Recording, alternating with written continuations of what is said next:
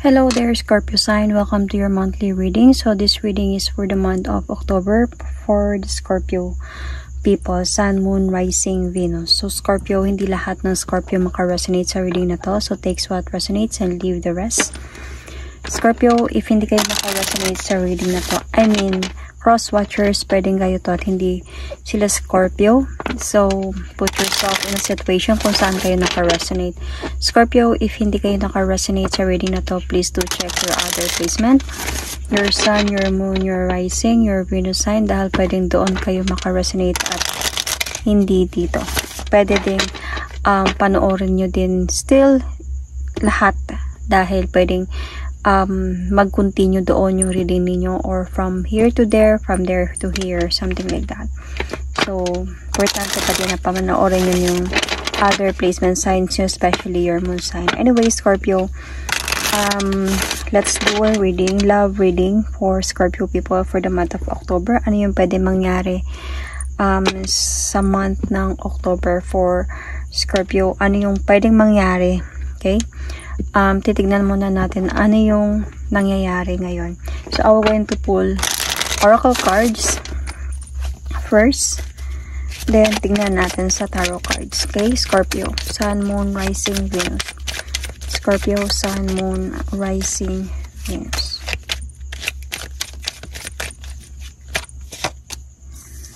History, past. So, you might be dealing with a past person.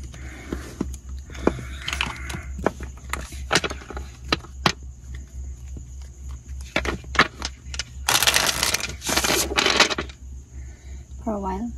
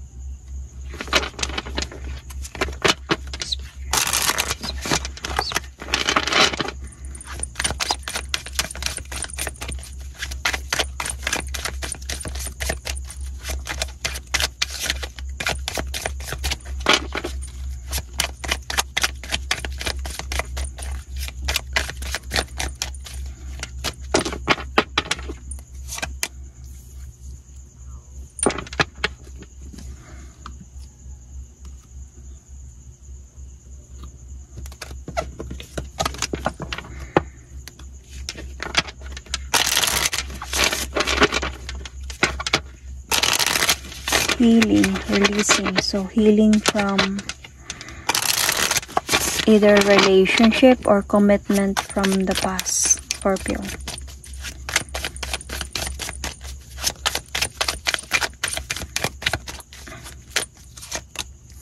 Separation, longing. Okay.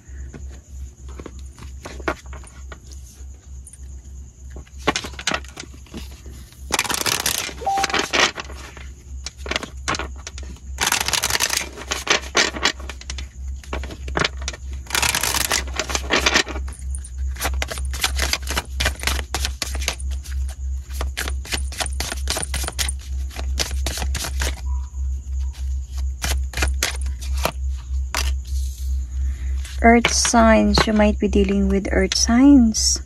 Taurus, Virgo, Capricorn, or ikaw yung may earth signs sa chart mo. Okay? Check your placements. So, okay, let's see. I can see you're dealing here with the past person. Meron ng separation sa inyo and nasa point ka ng healing process this time, healing era. So, you're releasing pains, lahat. But the thing here is namimiss mo siya or namimiss mo yung mga pinagdadaanan ninyong dalawa. So,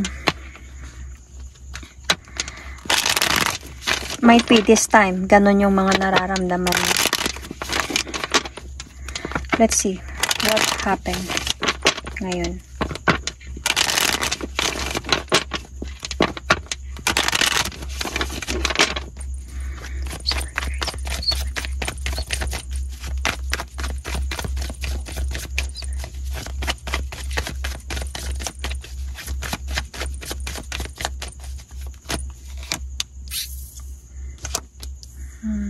You still love this person though.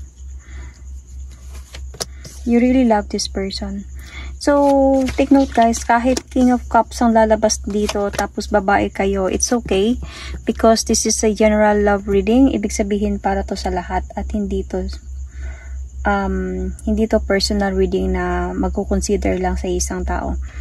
So, anyway, you really love this person. You have unconditional love talaga para sa taong ito. Pero, nandun sa point na might be yung relationship ninyo or yung commitment ninyo is nag-struggle talaga. And, nasa point ka nga talaga ngayon ng healing process with the Empress card. Parang you are rebuilding yourself again this time. Parang kinukuha mo ulit yung power mo. Kumbaga sa mga pinagdaanan, parang nagre-recharge ka ngayon sa sarili mo. Sobrang medyo dahan-dahan ata yung, I think dahan-dahan yung mga nangyari sa inyo. Dahan-dahan kayong nawawasak nito. And meron talaga ng separation sa inyo. Dahil sa mga nalalaman mo, siguro hindi ka inosente about what happened, kaya nangyari to sa inyo. So, I can see here that this person, kaya feeling ko it's either, okay? It's either na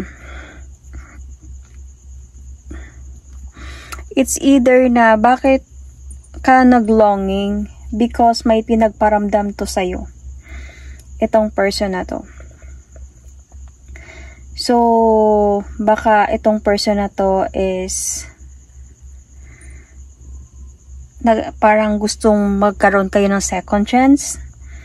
Kasi, I can see here na past na to, history na, nag-heal ka na medyo nandun ka na sa point na ganun. Pero, may separation na sa inyo. Pero merong longing kasi bigla sigurong nagparamdam itong person na to sa'yo. Kaya naalala mo yung mga nakaraan ninyo. Pero wala na kayo. Hiwalay na kayo. So, parang andun sa point na you are just trying to show this person na okay na ako.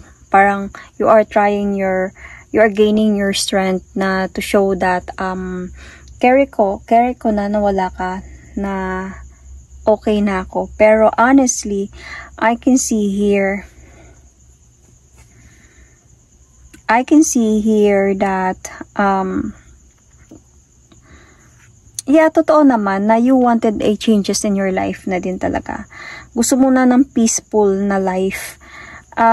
Pero na-confuse ka nung dumating siya or nung bumalik siya or nagparamdam siya sa'yo. Na-confuse ka actually dito. Pero kasi parang feeling mo, naka-move on ka na. Tapos ngayon biglang lumitaw ka, nagpaparamdam ka sa akin na feeling na parang gusto mong bumalik, something like that. So, biglang naalala mo yung mga nakaraan ninyong dalawa. So, parang biglang parang naalala mo yung mga problema na nangyari sa inyo. So, history. So, parang bumalik yung nakaraan. So, pero andun sa point na lalo na yung bumalik yung time na sinaktan ka niya. So, mahirap para sa'yo, bumalik lahat, naglonging ka, nalungkot ka sa mga nangyari. Though, sabihin natin na na-miss mo siya, pero na-miss mo siya dahil minahal mo naman talaga tong person na to. Pero, nung isipin mo na yung mga pinagdaanan, yung mga pain na binigay niya sa'yo, doon ka medyo, wait lang, kumbaga, gumulo siya sa isipan mo. Parang ganun, nagkaroon sa'yo ng unsureness kung either na kakausapin mo ba siya, i-entertain mo ba siya or hindi na, or kung na-entertain mo man siya, kung gusto niya naman talaga bumalik sa'yo, babalik ka ba or hindi na. Parang ganun. So, I can see here a Libra, Taurus sign, Aquarius, Aries, Sagittarius, Leo, Pisces sign, Cancer, Scorpio, Pisces. Okay, so let's see. Ano yung pwedeng mangyari this month of October?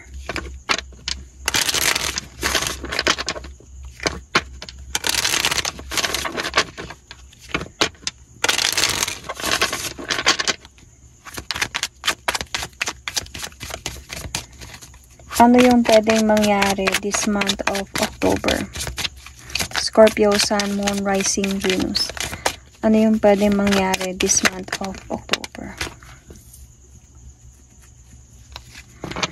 Divine Masculine. Okay.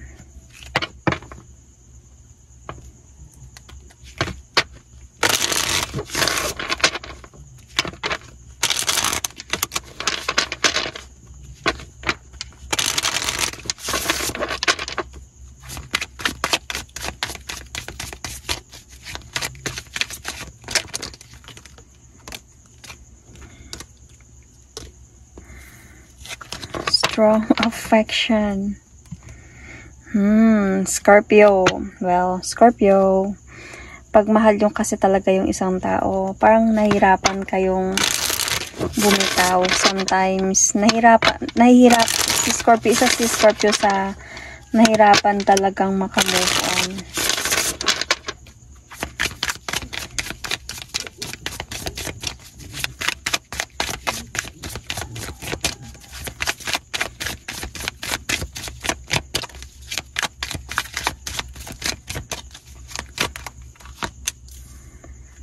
Fate, detours, divine intervention.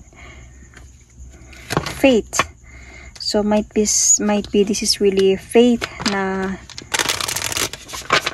pagkatagpo talaga kayo. Might be this person is really your divine masculine.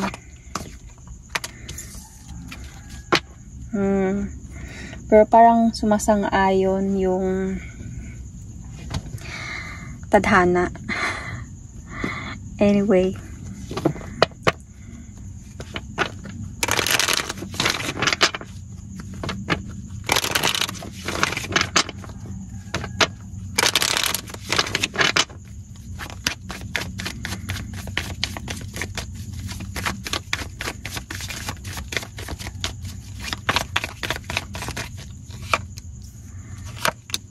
King and Queen of Cups. So, feeling ko there is really a chance, hope, na magkabalikan pa kayo nito. Honestly. But hindi talaga siya sure. Kasi parang sinasabi kasi dito ng, parang sinasabi dito ng tarot or ng cards na to, that you really have feelings still for each other. Siguro after might be nung naghiwalay kayong dalawa, na-realize niya din yun na siguro nung pagkita niya sa'yo or pag-meet niya sa'yo, nakaramdam siya ulit ng pagmamahal. So, parang nagkaroon ng strong affection right away nung nakita ka niya or nakausap ka ba niya ulit. So, parang tinadhana na ipagkatagpo kayo balik. Okay, parang tinadhana lang. Pero, the thing here is, meron kasing parang lightning. Parang ganun. Parang merong mahadlang na sinasabi dito na guidance para sa inyo, Scorpio, na you need to think first before ka makipagbalikan. Kasi pwedeng meron talagang hope or chance na magkabalikan kayong dalawa. And kasi itong person na to, parang mag-o-offer siya sa'yo balik ng new beginning, goes together, ano man yung mga nangyari sa inyo or something before, parang gusto niya maulit yun, mag-offer sa'yo ng goals, and to offer you a new beginning even. So, parang hindi man ganito kadali kasi past man siya. So, hindi man ganito kadali. Pero, I can see here na this person wanted to gain strength or maglakas ng loob na i-fix yung sa inyo, i-fix yung problem ninyo, na magkausap kayo para maayos kayo again, to have a changes in your relationship. Okay? Pero, sabi nga dito is hindi siya sure na, hindi siya sure, pero hindi sure itong pagbabalikan na to. Might be hindi sure kung mapupunta talaga siya na kayo talaga para sa isa't isa. Pwedeng hindi sure, or might be ikaw hindi sure dahil nakadepende yan sa decision mo. Kasi nandito ka na sa healing Though may pagmamahal pa talaga kasi naglonging ka, na-miss mo siya. So might be fate, pwedeng fate. Might be ito yung fate na magbalikan talaga kayong dalawa, pero hindi sure kung kayo talaga para sa isa't isa. Kasi nandito, let go. Make room for the new beginning on its way. On its way to you now. So, pwedeng let go lang, go with the flow lang, na kung talagang kayo para sa isa't isa, kayo talaga para sa isa't isa. Kasi sabi kasi dito, make a room for a new beginning on its way to you now. So, parang new beginning, pwedeng new beginning para sa inyong dalawa, or new beginning para sa'yo. Kasi meron din kasi ditong unsureness, and this wheel of fortune could be this is for you, changes for you. So, pero nakikita ko kasi dito, that the love nandyan pa rin sa inyo, King and Queen of Cups. Ibig sabihin, hindi nawala yung pagmamahal nyo sa isa't isa. Might be may mga pagkakamali man before. Siguro na-realize yun. And nung nagkita kayo ulit, naramdaman ninyo ulit yung strong connection na meron sa inyo. So, might be this person will going to offer you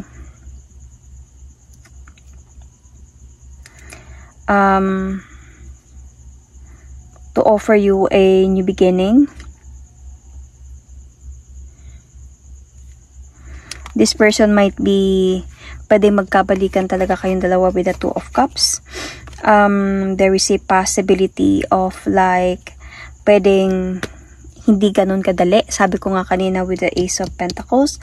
So, might be yung, siguro, this person will really going to try to come back to you for this month of October or in the near future.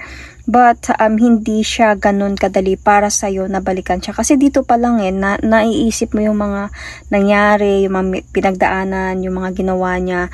So, feeling ko para sa iyo, Scorpio, sa kalooban mo, meron pang hope, may chance pa, pero hindi mo to sabihin na ipapakita mo talaga sa kanya, uy, sige, magkabalikan na tayo, mahal kita, ganyan, mahal pa rin kita, no. Siguro, pinakita mo pa sa kanya na i-work out mo muna to, mag-effort ka sa pagbalik, kasi hindi ko makalimutan yung mga nangyari, kasi hindi ako inosente about sa mga nangyari before eh. So, kung gusto mong bumalik, do some effort na ipaparamdam sa akin na seryoso ka na this time, kasi hindi ako actually ganun ka-sure na makipagbalikan sa'yo. Although, kahit sinasabi mo sa akin na nagsisi ka na, or sabi natin na mahal mo pa rin ako, syempre, para sa'yo, Scorpio, hindi ka sure kung totoo yun. Kaya, merong unsureness dito. Pero feeling ko kasi, masyado mo pang pinag-isipan to ng mabuti. Minsan, naiisip mo yung mga plano mo sa buhay, yung pagiging, yung minamahal mo na yung sarili mo, tapos babalik siya, tapos may nararamdaman ka pa sa kanya. So, it takes a long time pa para magkaayos kayo ulit. So, if itong person na to is mag-effort talaga siya, gagawa siya ng way to para maging connected kayo ulit, maayos yung mga hindi nyo pagkakaunawaan, then there is really possibility na pwedeng magkabalikan pa kayo. So, pwede na sinasabi dito na pwedeng magkabalikan man kayo, pero meron pa ding mangyayaring paghiwalayan sa inyo, or meron pa ding mangyayaring hindi maganda, like hindi kayo magkakabalikan, totally na kayo na talaga para sa isa't isa. So, pwedeng magkabalikan man kayo, pero maghiwalay pa din kayo because of some lies na meron dito sa person na to, or may mga meron kang, dahil nga history, dahil pa siya, so baka may mga tinatago siya sa'yo na hindi niya sasabihin sa'yo about kung ano man yung mga pinagdaanan niya nung hindi kayong dalawa.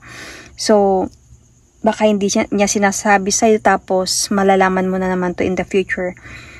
So may mga conflict kayong pagdadaanan. So hindi ko naman sasabihin na dito about you are meant to be, you are really meant to be, or you are not meant to be. Kasi there is a possibility, kasi with this Wheel of Fortune, you are guided by the universe, plus nandito yung fate together. So might be, pwede din na you might be meant to be, pero meron pa kayong another worse struggle na mapagdadaanan. Kasi kung you are really meant to be, worse happen will come talaga para mas lalong makikita yung gaano katatag yung pagsasama ninyo. Kasi habang as we know, habang buhay, may problema, nandyan yung problema, nandyan yung struggles, at of course may pag-asa din, 'di ba? So yun, I can see here, as I said, water signs.